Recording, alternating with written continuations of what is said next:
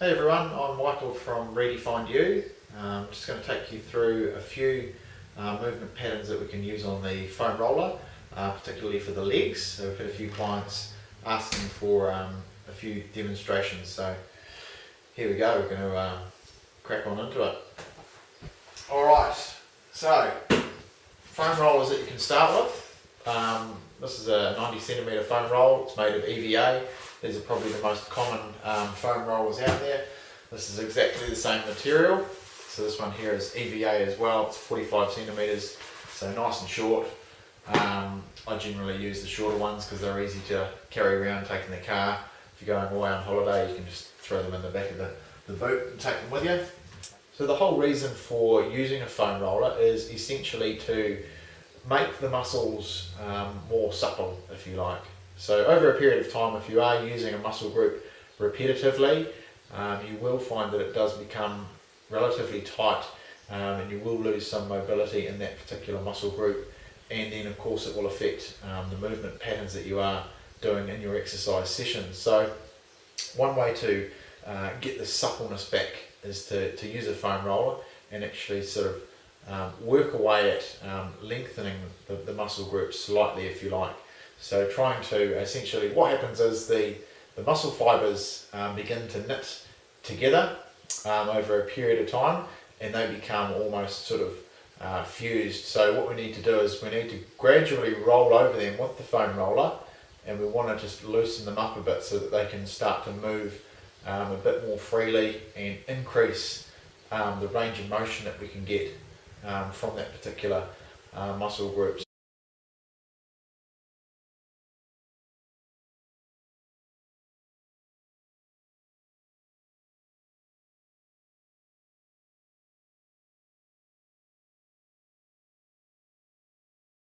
One thing that we're trying to loosen up is something called the fascia, which is essentially a sheath that surrounds these muscle fibres, and over time and through repetition the fascia can become a little bit stuck, so we need to just loosen that up a little bit more, and applying a little bit of pressure with the foam roller is one great way to do it. So you want the foam roller at the very top of the hip, so bring yourself onto the top of the foam roller there. And this is our starting point. So we're going to be resting ourselves on our elbows throughout a number of the movement patterns.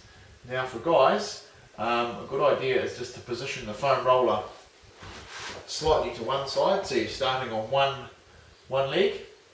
And what we're going to do from the top position there, so your foam roller should be sitting right on the top of your hip bone at the moment. What we're going to do now is we're going to gradually and slowly move ourselves forward, so that we go all the way to halfway, and then we come back all the way to the start. Nice and slowly, nice and controlled. Halfway and back. Halfway and back, okay? So you want to take your time and just work into areas. If you do identify that there are some trigger points or some points that are really quite sensitive, you can linger on those a little bit longer.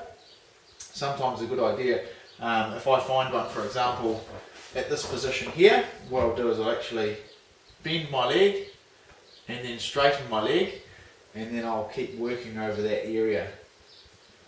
So bend the leg, straighten the leg, and then move over that area. So there's a couple of tight spots that I can identify in the middle of the thigh there. Okay, so I'm just going to be doing one side today, so the right leg. Now what we can do from there is do it the opposite way. So we're going to start with the foam roller at the very bottom, so just above the knee joint, and then we're going to work back to midway. Okay, so we can do that for both sides, okay, so both the left and the right. For women, best way to do it is to start in the same position as the guys. So you're going to be starting with your hips and the foam roller directly at the top of your hip, and you're going to move forward, forward, forward, right down to the top of the knee. Then you can work yourself all the way back to the top. Okay, nice and slowly pull yourself forward, keeping your abdominals nice and tight. work yourself down to the top of the knee again. Walk yourself back with the elbows. It is important that you keep your abdominals switched on and keep them nice and strong. So we're walking back, back, back. Okay? Okay, so how do we hit the IT band and that lateral quadriceps group? So we start with the foam roller, once again, at the top of the hip. Okay? You should feel the bony prominence there. That's the top of your hip. What we want to do from there is having the body turn side on, so we're not straight, we're side on and on a slight angle. Got the top of the hip from there, going to be resting on the elbow, and then we're very gradually going to move ourselves towards that elbow. Now what you're doing is you're using one leg, okay, so you're not doing it on both legs, and you're using this back leg here to actually support or give yourself some leverage as to how much pressure you're actually putting on this particular thigh or the IT band. Okay, so once again, slowly moving the full length. You want to try and move down to the knee and then back to the top of the hip. So long strokes as opposed to smaller strokes. So start off with the long strokes, and then you can move into the more specific trigger points or release points that you need to break up.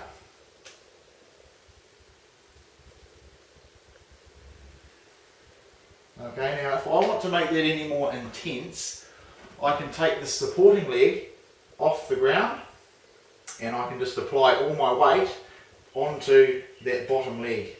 Okay, so that's another option.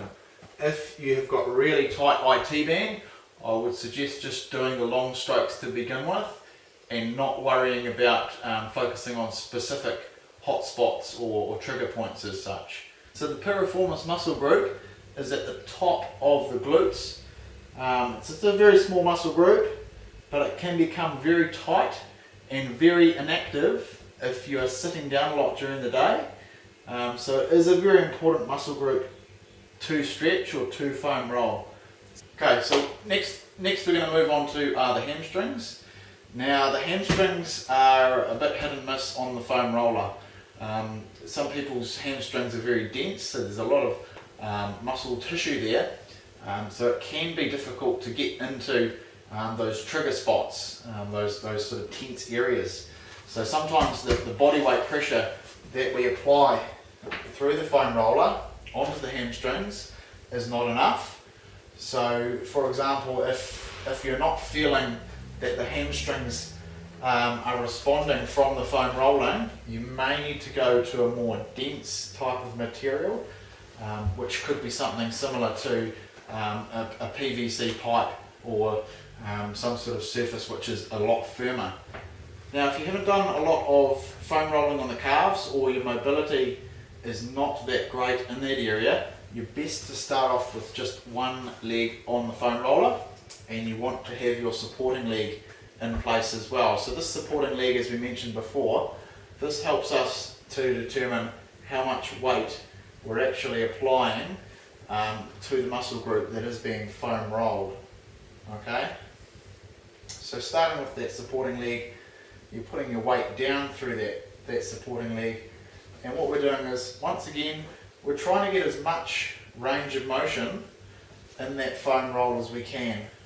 So you're trying to do long strokes, okay, before you start to get too specific on trigger points or release points. The calves have got two different muscle groups within them. So we have what's called the soleus and we have the gastrocnemius. So one of the muscle groups is activated more when you have a bent knee, and one of the muscle groups is activated more when you actually have a straight leg. So the gastrocnemius, which is often referred to as your long calf, that one does more work when your leg is actually locked and it is straight. So for example, when you're doing lots of running, you'll be using a lot of your gastrocnemius, which are the muscle groups up the top here. Okay, the soleus are the short calves, and these are the ones which sit down lower. So these are used more often when we're walking, or particularly if you're in high heels or your knee is bent quite often. So we need to make sure that we are hitting both of those muscle groups, long calf and short calf.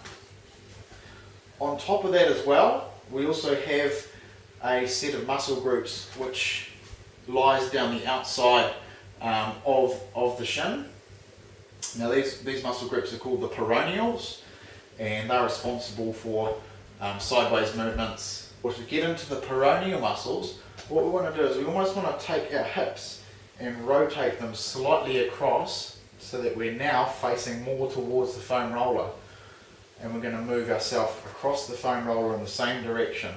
So starting long and working across. Okay, remember to be breathing as well as you're doing the activities. Try not to hold your breath. If it helps, and if it helps you with your mobility and your range of motion, you can bend the leg and you can do a little bit of this. Okay, so you're not working the entire time having to keep your hips up. Okay, so you can just move the leg back and forth and get some pressure there. Once again, if you want more leverage or you want more resistance going through the foam roller, we can take the supporting leg and we can take that up and off so we can get more pressure applied through that muscle group. Cool. So those are the calves. Another good one, if you want to try it as well and apply a lot more pressure, is to put the foam roller underneath your butt, and you can manipulate the height of that foam roller as well. So if you want to bring it higher up the calves and sit down, you can do that, so that it'll really hit the short calf quite well. If you want to move it closer towards the heels, you can do that as well.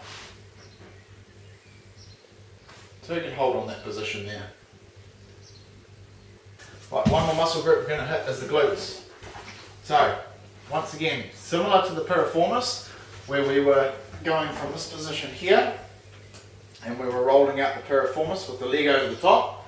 So this was your piriformis, so the hips are relatively square. Okay, you're rolling from the top of your hips down into the top of the glutes. What we're now doing is we're turning so that the hips are more open, and we're actually just going to be rolling backwards and forwards on that foam roller in the same fashion as we are doing for all of our other exercises.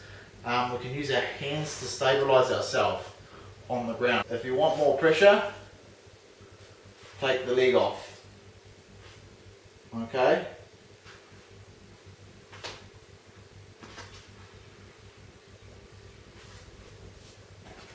Right, one more thing that we will cover off with the thighs. So as we did from the start, we did the hip flexor, which was the top section. Okay, just to recap, top of the hip, and we were moving through to about halfway. Okay, we did it from there to there. What we can now also do is we can focus on rotating the hips so that they're slightly more open to the foam roller, and we're going to move forward from there. So moving forward and backwards. Notice I'm just using one leg on here at a time. Nice and slowly, trying to get to halfway, trying to get to halfway, trying to get to halfway and back. Story. Now what we can also do to target those quads a little bit differently and on a slightly different angle is to rotate the hips across the other way. So we're not hitting the IT band as such, but we're hitting the muscle groups of the thigh in the lateral region, but we're not touching the IT band.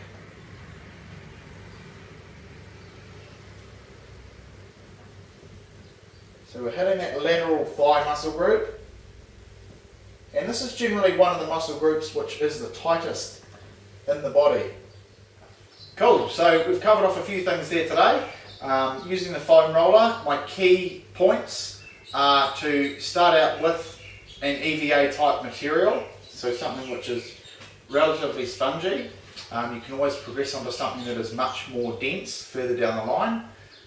Another thing that you want to focus on with your foam roller work is to try and get as much length or range of motion as possible. So when you are doing those strokes, make them long to start with, and then you can get a little bit more specific on the pressure point areas or those sort of points that need a slightly more work or more emphasis, or they need to be released. Another key thing with the foam roller is, like any mobility work, if you want to see some improvements in it and some progression, you need to do it frequently. So it needs to happen very often. Even doing it daily for 5 to 10 minutes is a fantastic way of getting started on it. You will notice some improvements very, very quickly. It can be more effective than stretching in some cases.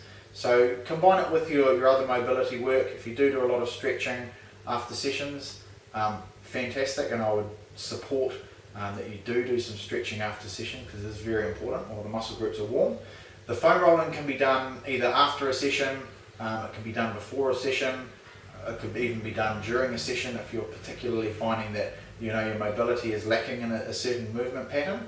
You can do it during a session, but just do it when you can. Do it when you can. If you can do it each day, spend 5 to 10 minutes. You don't need to spend an hour and a half on the foam roller. Another thing that I'll very briefly touch on as well, if you are finding that the muscle groups that you are working on are repetitively getting sore, it may also be a wise move to look into the training regime or the training program that you are currently doing, and make sure that there is some balance there. So particularly if your quadriceps are always feeling really sore, you might need to look into your programming and just see whether it might be beneficial to add in a little bit more gluteal or hamstring or VMO work. So the balance of the program is also very important as well. If you are doing a lot of repetitive movements, you should expect that there will be a bit of soreness there. Recovery is always helped by stretching, foam roller work, and also nutrition. Nutrition is a vital component part of recovery. So staying very well hydrated, making sure that your protein intake is adequate. Those two key things are extremely important. Of course, you need some carbohydrate balance as well in there. So yeah, if you've got any comments at all, or you want to provide any feedback about the video, please just drop me a comment below, and I'll do my best to get back to you. I'm happy to answer any questions for you. Cool.